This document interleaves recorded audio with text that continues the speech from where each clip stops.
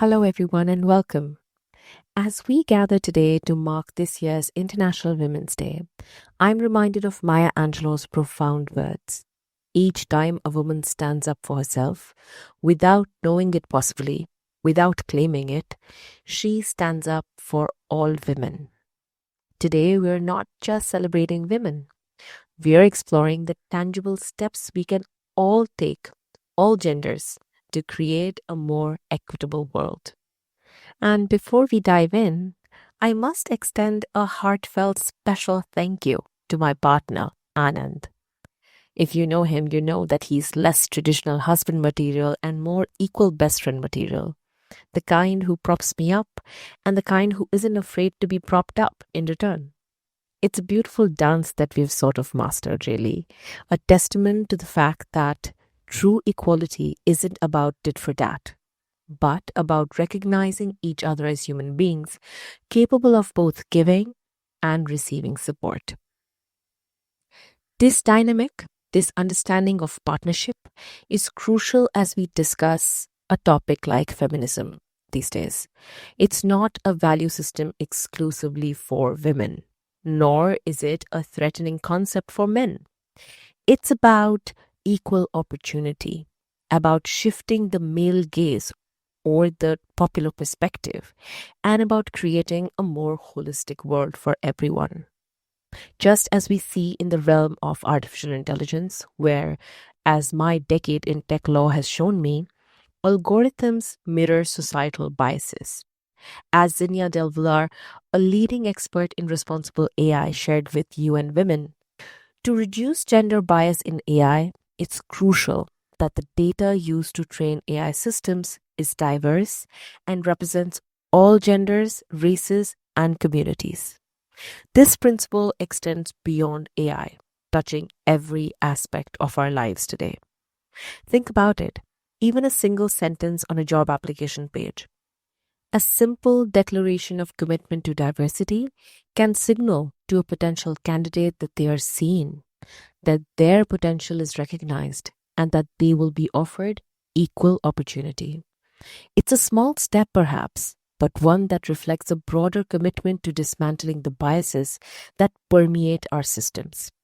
And when those statements are rolled back, when DEI initiatives are dismantled, it raises legitimate concerns about a retreat from that very commitment. In a climate where the very notion of equity is being challenged, it's crucial to remember that progress isn't a passive concept. It demands action, it demands conservation, and it demands that we confront uncomfortable truths. Like the stark reality highlighted in Keri-Lynne Criado Perez's Invisible Women, where the gender pay gap persists across industries and nations.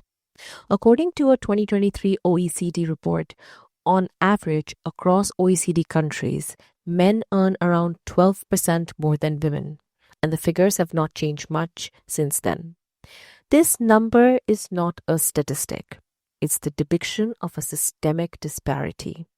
And in today's increasingly volatile political and social climate, where division often feels amplified, it's more important than ever to remember our shared humanity.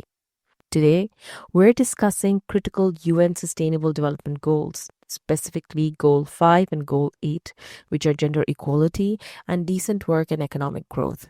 But we are not just talking about abstract goals. We are actually talking about actionable strategies that we've built into this very discussion.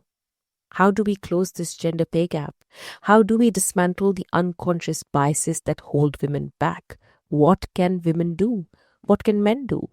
How do we build workplaces where everyone feels valued and empowered? We must, as Ruth Bader Ginsburg so eloquently urged us to do, dissent. We must question why. In 2025, women are still being paid less than men for the same work. We must stand in the awkward silence that follows that question, refusing to accept flimsy excuses or even arm-twisting tactics. International Women's Day is not just for women. It's a call to action for all genders, a moment to pause and reflect on how we can each contribute to leveling this playing field. Joining me today for this is Keri-Lynne Shaw, a truly remarkable individual whose journey embodies the very essence of empowerment. From her small town Canadian roots to the large US corporate C suites, and now as a global force with her own business, Keri-Lynne, or KL as we lovingly call her, has navigated the complexities of career advancement with grace and determination. She's a personal career coach, a former chief HR officer, and a passionate advocate for women in the workplace. Kale's story is a testament to the power of overcoming limiting beliefs and embracing our own inherent value. This conversation isn't just about professional success. It's about creating a world where everyone, irrespective of their gender, has the opportunity to thrive. It's about building inclusive environments where confidence and abundance replace fear and scarcity. I'm Chani Srivastav, and you're tuned into the LOCS-TALK BARREL Podcast on the special International Women's Day episode, powered by the Salary Bump and accompanied by my personal favorite, Keri-Lynne Shaw. Let's jump right in.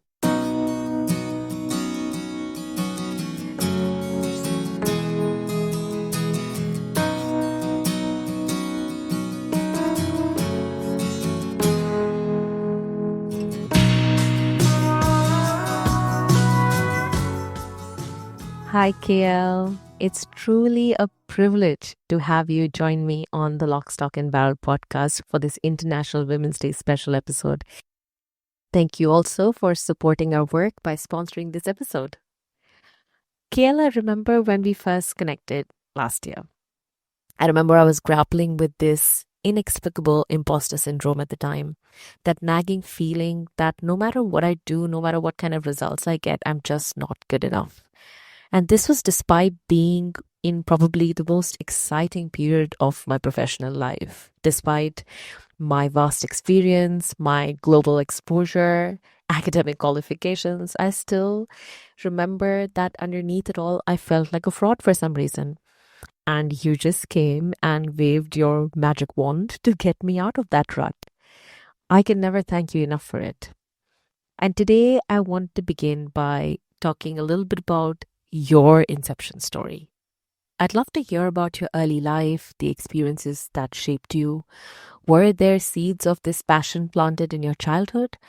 And what were the pivotal moments that ignited your drive to champion all genders in the way you do today?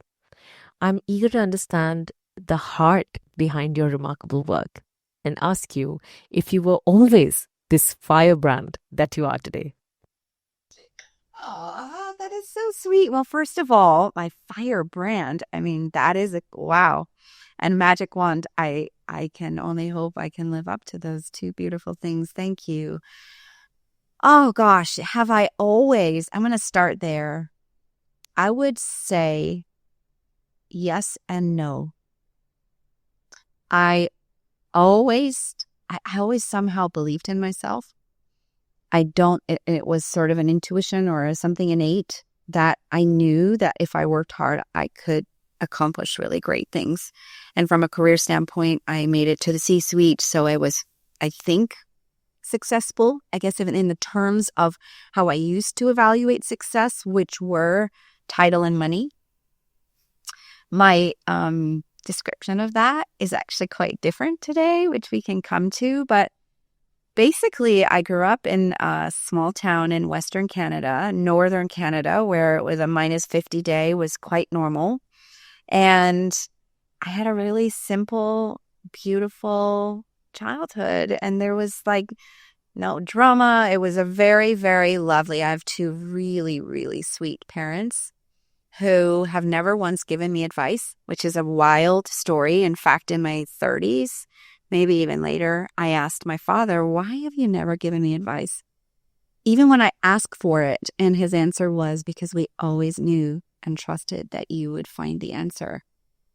And as a parent, now I have a 22-year-old who gladly gives advice to her daughter every day, that really stuck with me. And as I'm leaning into a little bit more of my woo side, and the side that is more intuitive and actually trusting that intuition myself, the fact that my parents saw it and trusted it in me, I didn't connect those dots until actually quite recently.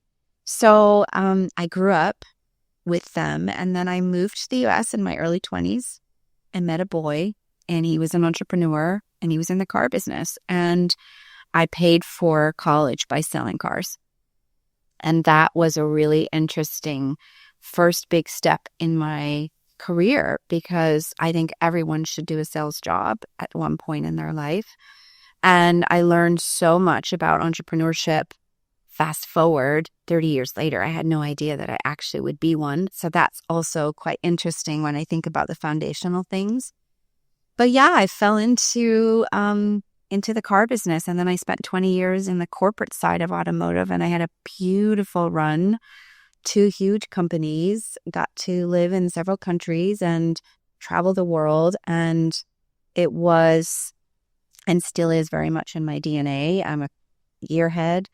I'm a car nerd. I ride a Harley, and I'm really passionate about, I think, industry where women are not necessarily it's not as normal to see so many women in the industry. I often was the only woman at the table, and loved that because I felt like I stood out in the sea of blue suits.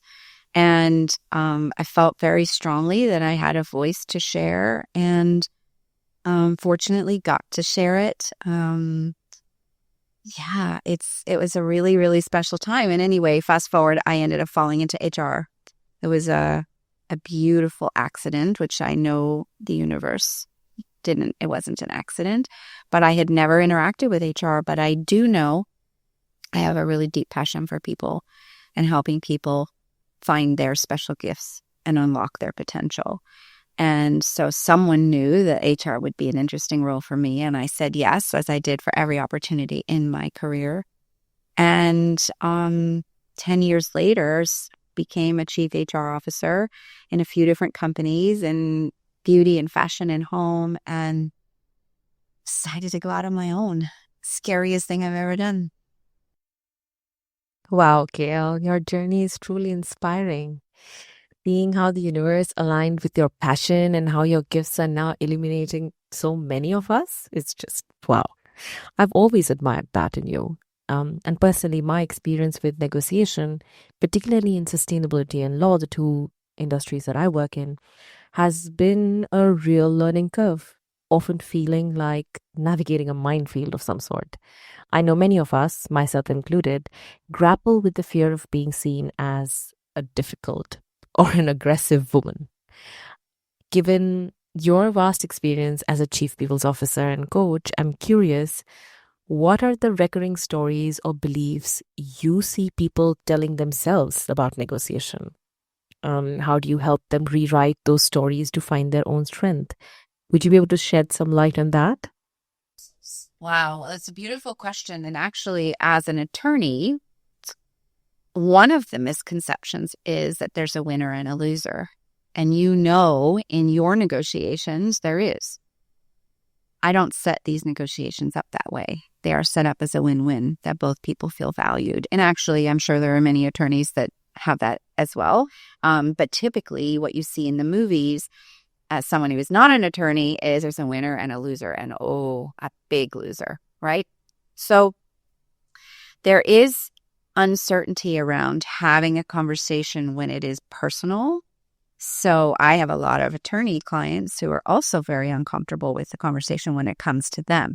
They might be able to negotiate well for someone else, but when it comes to them, it's a little more challenging. So I think the big misconception, well, first of all, fear is one of the biggest reasons why people don't do it. And that is very much your relationship to money. Do you have a scarcity mindset? Do you believe that money doesn't grow on trees? Do you believe that I have to battle to get more? Do you believe that money is gross and filthy? Like there is your own personal, association to it. That is what you're coming into every negotiation with. So we do spend time working on some of your limiting beliefs around it. And and focus on your value and how do you share your value. One of the other key factors is that many people don't even know they can negotiate. So statistically, less than 30% of women are negotiating. And that number is even lower for people of color. And obviously, it's dependent on, you have different cultural nuances that you and I know, right? You living in India and me in the US, you having experience in the UK. I have a lot of German clients from Africa. It's different. France, very different in every country. But those limiting beliefs and those fears cross all cultures. And I think some people don't know they can ask. I didn't know for the first decade, maybe even longer in my career. Because I was in sales, I was paid on commission. So I was paid based on my performance. So when it came to you have a salary, I didn't know. I'm like, okay, cool. In fact, my first corporate job, I received a check for relocation from Arizona to New York. The check came in the mail and I freaked out. I called my dad and I said, Dad, they must have made a mistake. They gave me a check for $42,000 for relocation. And my dad says, don't cash it. Don't cash it. They probably made a mistake. If you put it in your bank, just don't spend it just in case they put a zero on it that was not appropriate. I was in my early 20s. We do story. I had no clue, zero clue. So I didn't know I could negotiate. They offered me the job. I said, yes, rock and roll, let's go. I literally did not know. So I think, I'm aging myself, but we barely had cell phones back then. Laptop computers. So, internet was still fairly new. This wasn't like, it isn't like it is today, but even still today, a lot of people don't negotiate. So the unknown, then the not knowing how, what do I ground myself to? Because unfortunately, transparency around compensation is not widely happening. Shame, because I think companies that really want to have great impact and results should have a comp philosophy, and they should be transparently talking about where do you fit into that and how do you grow with us, right? So if companies could focus on that more, we wouldn't only have to have ourselves in the driver's seat. Still, you're always going to be in the driver's seat, but doing your homework around it and actually coming in fact-based and knowing your value, sadly, those are the reasons why people aren't doing it. Yeah, you're so right. Especially as I'm deep diving right now with the research for the podcast episodes on filling the gaps in the UN SDGs, like I did in the last episode, I see that the gender pay gap statistics are frankly startling, even now in 2025. And beyond the numbers, I keep noticing this recurring theme where women are excelling at empowering others, like let's say in your industry, career coaching, yet they're often struggling to value their own contributions. It's almost a paradox that I'm seeing. You've been instrumental in my own journey of self-discovery and empowerment, helping me see and articulate my value and worth, which I'm deeply grateful to you for. And I'm wondering, from your vast experience working with CEOs, HR leaders, and entrepreneurs, have you observed this pattern too? This disconnect between women's expertise in supporting others, yet not being able to realize their self-worth. Yeah. Look, I have female clients. I have male clients. If I look at my time as a CHRO sitting on that side of the table, I made thousands of offers and have interviewed thousands of people. I think 40% of people are not negotiating. Sorry, only 40% of people negotiating. So 60% are not negotiating. So it happens to men and women. Do I believe that more women prove it first, where men are like, no, I can do it? Or, women hold themselves back from even applying for the job. Statistically, that's true. They need to hit 90 to 100% of the qualifications that are required in order for them to even apply for it, where men might go in and say, no, I can do that. So yes, I don't think that is new news. What I'm trying to do, Chani, is my part in helping women and people truly walk in with confidence, knowing their value and knowing how to have these conversations so we can close that gap. And by the way, it impacts every aspect of their life. My clients will tell me the work we've done together has impacted me everywhere because we're negotiating every day. We're negotiating with our children, with our partner, what we're having for dinner or travel. We're negotiating constantly. And I think people understanding that and understanding how to position themselves with confidence, grounding back to what they're really good at and how they've done this before. Like, tell me about a time when you did something you were uncertain of, or you did something that was a risk. We can all go back to that. And so if we ground ourselves to that, like, okay, well, then this isn't so hard. And just trusting yourself, I think, is some of the most fun part of the work that we get to do. And really just having the confidence that, put yourself out there, do the work. The universe has your back. And stay positive, stay optimistic. Yeah, that's really well said. And beyond that, I'm also curious about the organizational side. Given your unique perspective, what are some of the most inspiring, innovative approaches you've seen companies take to truly address unconscious bias and build genuinely inclusive structures? And perhaps more importantly, how do they foster a culture where everyone, especially women, while they are being vulnerable and putting themselves out there, feel psychologically safe and feel valued? I'd love to hear your insights on creating that kind of environment as well. Oh, Johnny, well, this is such an important topic that unfortunately our current administration is downplaying in a very large, very damaging and disturbing way. I'm grateful to have been a CHRO when DEI finally got the spotlight that it deserved. I think over my career, unconsciously, I was creating inclusive environments and belonging for everyone around me, whether I was a CHRO, whether I was a sales leader or a customer care leader. Unconsciously in a positive way. But to have DEI be as positioned in this beautiful way that has the attention that it needs for the unconscious things that are not positive, and for leaders to be aware of how they're showing up, the kinds of environments they're creating, the kinds of things they're doing that might not be creating. I'll tell you, we did some really interesting work during the pandemic, and the fear that leaders had around just having a conversation and just asking, how are you? The awkwardness in the pause. How are you feeling? Most leaders don't ask those simple questions.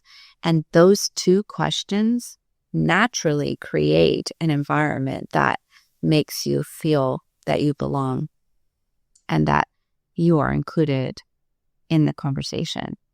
The challenge is if you don't have trust, you can't have those conversations because people will not speak up.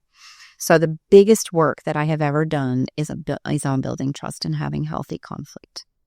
And those two crucial factors are the game changer for any kind of beautiful environments where we get to have people bring their whole selves to work and unlock their potential. That's the game changer for business results, in my opinion.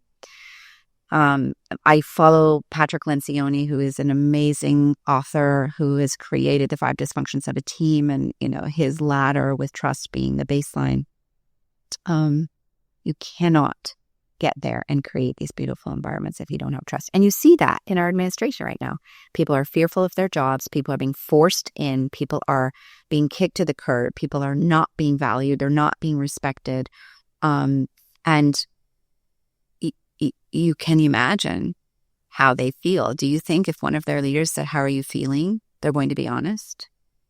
So there's so much to unpack in that conversation, Jenny. I wish I had a magic wand. I think there's a lot more I could have done in my career. I think we created inclusive hiring, recruiting practices. And, a lot of people unfortunately focused on the D of DEIB and not the rest. And that doesn't work. If you focus on the D and we bring beautiful diversity into our organizations and we don't have an inclusive environment where people belong, they don't survive. They leave. They're not thriving. So the inclusive recruiting was one of the most proud things that I have done. And then just creating these environments. I think during the pandemic, CHROs really were put on the map, and it is the most proud work I've ever done.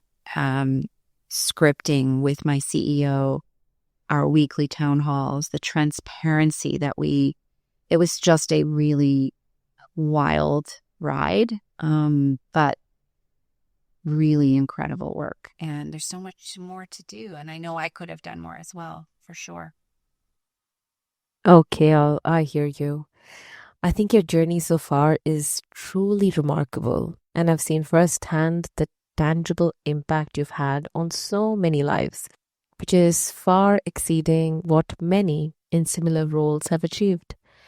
And knowing your passion and the breadth of your experience and determination, I can't help but feel there's such a vast, exciting path still ahead of you as a coach.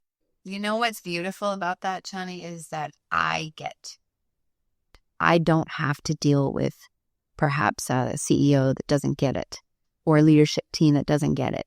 I get it. I'm the CEO of my company and frankly of my life, just like you are, just like Anand is, just like my husband is. We are all the CEOs of our own life, and we either are in the driver's seat or we're in the back seat. Some of us are in the trunk. So the moment you step into that, you get to choose how you show up, because that's the only thing you can control. If I think about the impact that I get to make on the world, I'm doing this one by one with my one-on-one clients. I'm doing this with podcasts and reaching millions of people with the 50 podcasts I've been on. I'm doing it with my own podcast that launched 2 weeks ago. The sharing of good word, good work, giving people confidence and tools to help them be the best version of themselves. I know the impact that is having on the world. And the more and more stages that I'm on, the more I can influence and touch people. And that is right where I'm supposed to be. And inside an organization, I can only do that so much because there is politics, there is nonsense, there is a constant battle. And unless you truly have a partner in your CEO who really believes that people are the number one agenda, it makes my job very difficult. And I was very fortunate to have had a few of those over my career. Very fortunate. And some that didn't. And all part of my learning process. Oh, yeah. Hard relate. This completely resonates with me. By the way, I love your podcast, and I'm going to make sure that I drop a link in the show notes below for everyone to hear them. And I look forward to hearing them every month from here on. But yeah, coming back to the point, as somebody who consults and works as a chief sustainability officer now, along with being the CLO sometimes for various organizations, I focus on sustainability and strategy. And while doing that, I've seen firsthand how integrating gender equality, the E in DEI, can be a powerful driver for businesses. It's truly about turning those values into tangible, positive outcomes, really.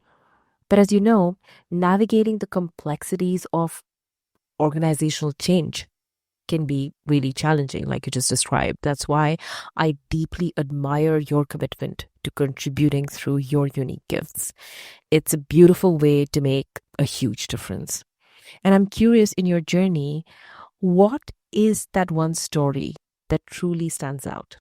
So let's say a moment where you witnessed a profound mindset shift, either within an organization or an individual, that led to what felt like achieving the impossible for you. A success story that you're particularly proud of, a real feather in your cap moment. And of course, I know that you've had many, many of feathers in your cap, but I'd love to hear about one that really encapsulates that transformative impact you create. That's such a beautiful question. No one has ever asked me. I have two. I'm going to share one of my greatest client success stories from the end of last year that I'm just so incredibly proud of her, but the work we did together. But I'm going to come back to that. The most beautiful thing that has happened as a result of my 3 decades in corporate has been the random notes that I continue to get from people I touched 10 years ago, 15 years ago, 20 years ago. I just got one this week and I will be posting it on LinkedIn. Wow. It was, "Dear KL, it's been years. I can't believe we weren't connected on LinkedIn." I'm pulling it out of my ear. I can't remember exactly what it said. "I remember the moment you left XYZ organization and I was heartbroken. The impact that you left on me at that time was so powerful and I'm so excited to reconnect." Those notes, I don't need to read the notes to know that I have had an impact on people. I care very deeply. And so because I come from a place of care, I know that people appreciate that. And then I think the full circle part is I believe in karma and I believe in putting good things out into the universe. And whether they come back to me, my family, my friends, doesn't matter to me. I just know showing up as the best version of me and a good person is important. I wrote a LinkedIn post some months ago. My daughter started her internship. So first big corporate internship. And I asked for my LinkedIn community to give me what advice would you give my daughter? Oh. The amount of people that jumped into her DMs. I never copy my daughter on anything, but the amount of people that jumped into her DMs and said, "I want you to know the impact your mom has made on me over the years. Anything you need, you reach out." It actually makes me emotional because I never did it because I wanted something in return. I really did it because I really wanted to help people unlock their potential and see all their special gifts. So that is probably, it's a beautiful constant reminder that comes to me in so many forms. And so there's that. But as a career bump coach, my new business, I help people negotiate their salary packages, but also exit packages. And I help them find their way and build a roadmap to actually get connected to what their soul's purpose is. Last year, I helped a woman proactively negotiate a $2.3 million exit package. She got in the driver's seat. She was frustrated. She was at a high level and had been there 35 years. So keep that in mind, right? So with the number of layoffs, there is always a conversation happening behind the scenes. Knowing that with my Sage Tarot hat, behind the scenes, we're always talking budget, profit, squeezing. How do we manage with shareholders? Every single day, every leader is looking at their budget. Unfortunately, my budget, the personnel budget, the headcount budget, is the number one expense in any company. So when you pull that report and you flip it in descending order, guess whose budget comes up and is constantly the one that is getting cut? Mine. Now, obviously, if you look at all of the other categories, that takes a little bit more investment of time because that means you need to change your operations and your processes to shave where you have waste, but that takes time. And knee-jerk reactions that are happening on the regular inside every organization based on what's happening in the world and panic because strategy gets thrown out the window is the quickest and fastest way for us to reduce is to cut heads. So when you proactively ask for a package, you could actually be saving someone's job. I have a methodology on how I do it based on level. Again, based on what I did as a CHRO, I'm able to share that. And, this woman happened to be at a SVP level. We got 1 year for every year served. Plus me for transition coaching, plus me for, plus, stocks and healthcare benefits and all sorts of other beautiful things. So that's the getting in the driver's seat and being the CEO of your life and your career. It takes courage, takes practice. I help you script it out. And I do that very, very often. So, and not every case are we as successful, right? Some cases, okay, we only get 1 week for every year served. We evaluate your financial runway and your situation. Sometimes people wait until they get a new job and then we still negotiate their exit. It's all bespoke based on each person. But I've had a really successful track record in doing it. And it's been a really exciting part to help people understand that they can truly share their value even as they're exiting. Yeah. So I would say is like from a financial perspective for my client was one of my biggest ones. But the more beautiful part than the financials was how she did it with such grace.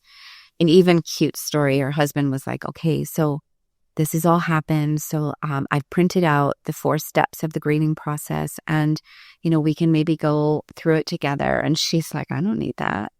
I'm not grieving. I came at it from a position of strength and confidence. So of course, there's still some of letting go that she's working through. But when you get in the driver's seat, it has a completely different feeling and impact. Wow, it sure does. Honestly, watching you transform narratives like this is just breathtaking. It really underscores the incredible gift you have for unlocking potential. I see it firsthand, especially lately. And that mention of the salary bump, that's exactly where my heart is today. It's been such a tangible impact, not just for me, but also for Anand and for so many others. And I would love for you to talk a little bit about that and share a bit more about the core of the program. I would love for our listeners to know that it helps people across any field to truly see and articulate their own worth. And I know that they're really going to like this bit. We've got a special something for them later, so definitely stick around and hear what Gail has to say. Over to you, Gail. Thank you for that beautiful question. So about 2 years ago, I made the decision to take this beautiful 30-year career and package it into something that is desperately needed in the world. And that is because the statistics on the number of people that are negotiating is so low, which we already discussed, to give people the confidence. And having sat on both sides of the table and having doubled my package several times in my career, I wanted to share that with the world. So I launched the Salary Bump in February of last year. But I launched both my one-on-one coaching and I launched a digital accelerator program. And the digital accelerator program is what we're going to talk about in terms of what we're offering to your listeners. It's a beautiful program that is focused on mindset, interview prep, and negotiation, super comprehensive, and a really lovely program that helps you navigate it on your own. More people really are drawn to my one-on-one, which I do understand because there's complexities involved. But I launched the Salary Bump, and then a few months in, I realized actually that the Salary Bump is not the brand I am. It was a very weird realization that people were hiring me to keynote, hiring me to be on the podcast, hiring me, not the Salary Bump. And if I'm being really honest, I was probably hiding a bit behind the Salary Bump because it was safer than just putting Kale Shaw out there. Like, who cares? Who's Keri-Lynne Shaw? No one, But the reality is I do have something really important to share with the world that will make a massive impact. So in realizing that, and then in realizing you and Anand are probably a perfect example because I met you early on and the Salary Bump wasn't really the right fit for the two of you. The Career Bump is. And the Career Bump is a 3-month coaching program that I've developed. as a result of people coming at me at different stages, some just stuck, some wanting more. Do I stay a consultant? Do I go in-house? I want more in my in-house. I want to get promoted. I'm not happy. I don't like my boss. Like, there's a million reasons why people will come to me in that career bump stage. The salary bump will always get layered in because they're sisters, right? So at some point, we're going to do some kind of a negotiation, right? Whether that be looking at your packages, looking at your structure, whether that be a new opportunity, whatever. And then the exit bump was a natural sort of stepsister that jumped into the game because oftentimes there was opportunities for us to talk about exit. And it was actually just a couple of posts that I did on quiet quitting, and in revenge quitting, being terrible ideas, start asking for a package, that people came out of the woodwork, and it became a standalone, if you will, but all three sisters play beautifully together and help people get unstuck.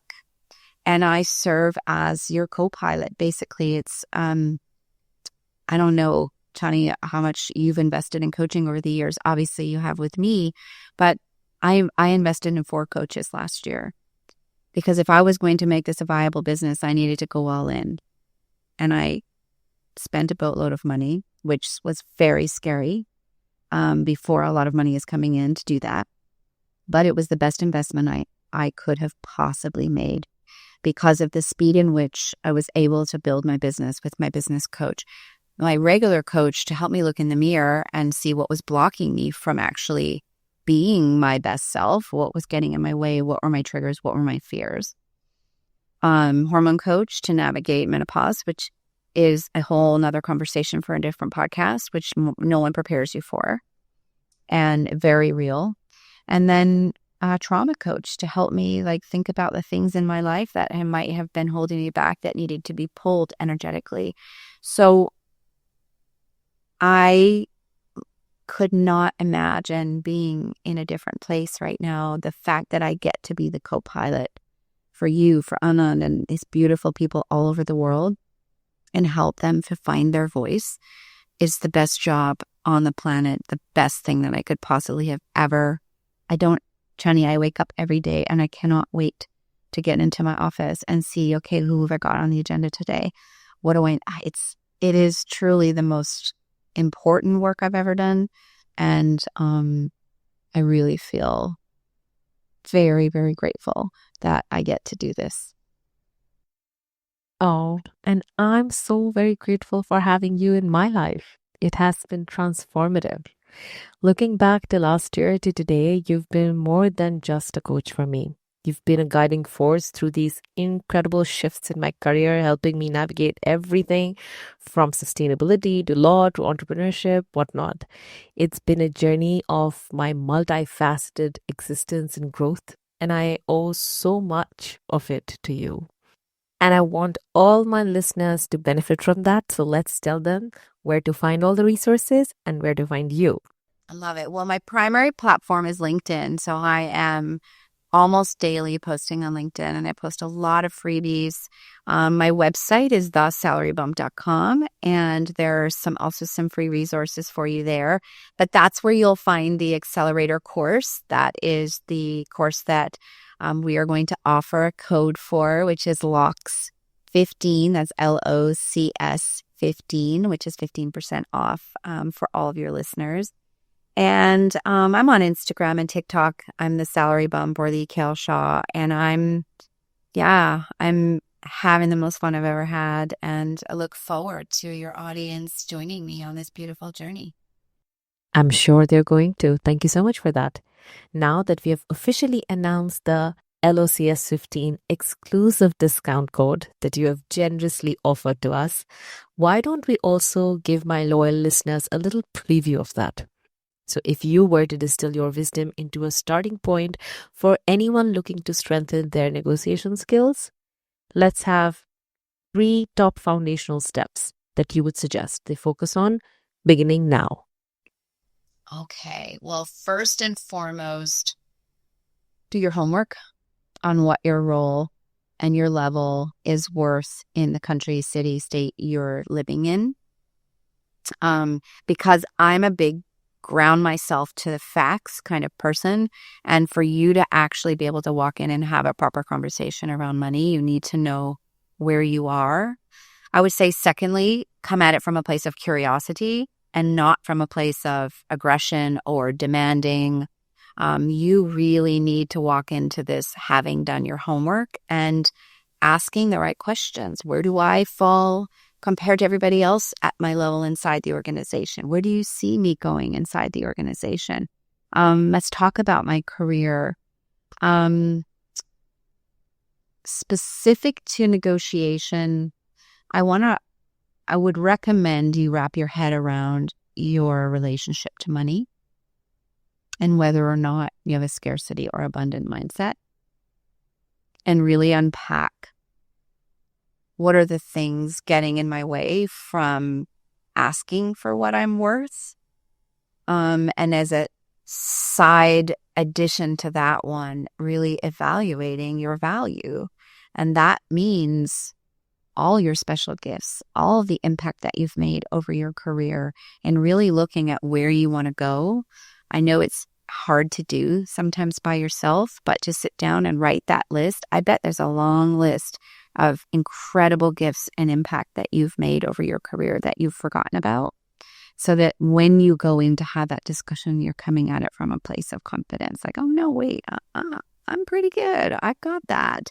And then also, when recruiters call, talk about what the market is paying, so that you're also pulling in some additional insights, so that you're going in and saying, I want to grow in my career, but I also want to grow financially. Let's talk about what that means. Wow, just brilliant. Your insights have been truly illuminating, Gail. Thank you so much. As we approach the end of our International Women's Day special episode, I'd love to weave in a bit of a more personal touch, if you're open to it. We've talked about the practical, and now I'm curious about the heart of it. So we know there are so many narratives surrounding women and leadership, some helpful and some less so. Considering the ongoing conversations around gender dynamics in the workplace and the wealth of research showing the persistent challenges especially faced by women, let's have a round of rapid fire followed by a round of recommendations for you. So the first one for you is, what's the one myth, perhaps one you've personally encountered or seen impact others in your previous positions or even now, that you feel needs to be debunked about women in the workplace today? A myth about women that we're too emotional. That's a good one. If you could suggest a negotiation tactic specifically for women, what would it be? Optimism and energy. That's a winning combo. I love that. And the one skill every woman should master for career advancement? Getting in the driver's seat, owning it. No one is owning it for you. No HR department, no leader. And I'm going to add a second one. Build your network and foster and nurture it. 80% of jobs are gotten through your network, not through posting on LinkedIn. So it's a very important one. Build your network. Oh, wow, Gail, thank you for being so generous with your advice. Just incredible. And the final one here, the one thing that truly makes your heart hopeful for the future of women in the workplace. Oh, there's so many things. I believe more women can lean into their authentic selves. And what I mean when I say that is trusting their intuition and it being okay if they are emotional or more heart-led. I think organizations need more heart leadership, and embracing that, that gives me hope, and people really leaning into who they are. Wow, could not have put it better. Thank you so much for always knowing the right thing to say, Gail. And with those nuggets of wisdom from you, we're going to move into the recommendation segment now. So, Gail, is there a book or a podcast that has profoundly influenced your perspective on leadership in the last year or this year? Well, I'm addicted to Jenna Kutcher's The Goal Digger podcast. And that not necessarily is it about leadership, but it's very much about entrepreneurship. And I have found that to be such a powerful one for me as I was building this business. She started with a camera and as a wedding photographer, and now she's a multi-millionaire. And I really appreciate her. Diary of a CEO would be the second one. I only read books on vacation, and it's so weird. I don't know why, but the Serendipity mindset, and I don't have the author in front of me, but the Serendipity mindset is my newest favorite because I so believe, and I'm leaning more into my woo side, and believe in the things that come to you are coming to you for a reason. And are you embracing that? Are you ignoring it? Are you connecting the dots? And the more you can connect those dots, the more you can lead from a place of curiosity and confidence. So that's my most recent favorite book. That's amazing. We're going to be linking all of this in the show notes below for everybody, so our listeners can get easy access to all the links right here. The next question is regarding a popular topic, productivity.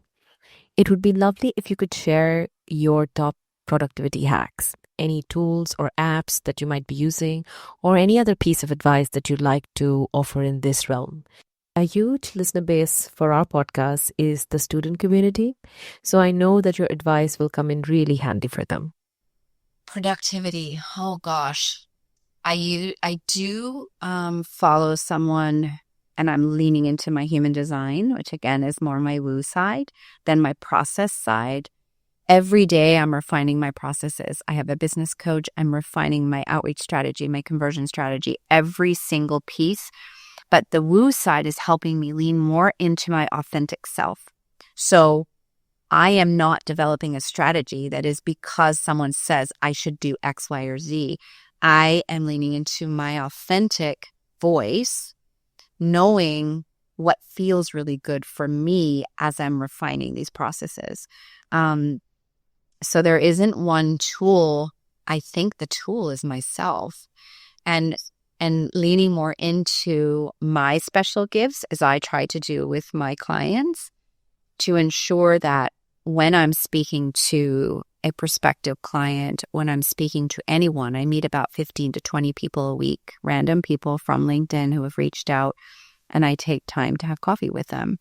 Whether they lead into a client or not, it doesn't matter. That 30 minutes could be really impactful for them. And just like, how am I showing up in those conversations? And I'm really conscious about that. And I would say that has been the biggest investment and probably the most valuable, important tool that I could ever have given myself, because my energy is completely in line with where I'm supposed to be versus me butting up against something that's just not right for me. So I don't know if that really answered your question, because I don't know. Yeah, I don't know if I'm more productive, but I'm sure showing up as my whole self. And I think that in itself is pretty magical. I completely agree with you on this one. Having seen you firsthand, I can testify to this fact. I know that your inner power is your greatest strength. It literally, physically radiates from within you. And anyone who knows you would agree with me on this, that you're literally living proof of showing up for yourself. And finally, I know this one, but I still want you to give this out to our audience. A daily ritual or an activity that helps you recharge, get focused, get grounded, and really hone that creative energy of yours. So I move my body every day. I'm very active. I work out every single day. Working out is almost meditative for me, because I usually go to a class, or if I do a power walk with my weighted vest, I'm listening to human design or Kabbalah or something that is also mindset related. So, or I catch up with a girlfriend or something, but moving my body gives me endorphins, and it it fuels me in such a way that gives me great energy. I don't meditate every day anymore. I used to. I did a test. I meditated every day for a year, and I don't think I've ever felt stronger or more confident. And it's a practice. That's why they call it a practice. That I need to, continue to be reminded. And I love yoga and anything that is just helping me flow. And right now, I'm very much into yoga. I take every yoga class I can. It's just the place that I'm in. There were years where I lifted weights heavily every day, and that was the place that I was in then. But right now, there's something about this flow that I am really leaning into, and I'm just trusting that. So that's my daily ritual. Magnificent. And that's our time. Honestly, Kale, this has been such a gift. Not just the insights, but the warmth and openness you brought to this conversation. I feel incredibly grateful to you for choosing to share this space with me, to be so present, and to be a part of my journey, especially on the International Women's Day, both on and off this podcast. Knowing you shared such personal moments with me here and in life means more than I can say. Thank you for trusting me with your time and with your story. Oh, Tony, it was not even a question. It was an absolute yes. Thank you for having me, to your beautiful audience. And I can't wait to see where the future goes for you as well. Thank you, Kale. And a heartfelt Happy Women's Day to you and to all our loyal listeners. I'm so grateful for your insights and the conversation today. I'll be sharing all the resources we covered in the show notes below. A huge thank you for your generosity in sponsoring this episode and for offering a community the 15% discount on the Salary Bump Accelerator program using LOCS-15 that I'm going to be linking again in the show notes below for everyone. You have been inspiring, Kale. Thank you for always leading with your heart and for gracing the LTB podcast today. Thank you, Jenny. That was Keri-Lynne Shaw, my friends. Thank you for listening till the end. You are at the LOCS-TALK Barrel Podcast. I hope some of this resonated with you. And if you're ready to take the next step with an expert for your journey, whether it's integrating sustainability into your operations or unlocking your potential, feel free to reach out to us. And yes, if you found value in this conversation, don't forget to hit subscribe, send it to someone who you think will like it, and come back here to meet me so you and I can get into the right mindset so we can make the more responsible choice in conducting our business. All right, with that little concluding bit, this is Chani Srivastava signing off from the LOCS-TALK Barrel special episode on International Women's Day. Until next time, stay optimistic and stay inspired.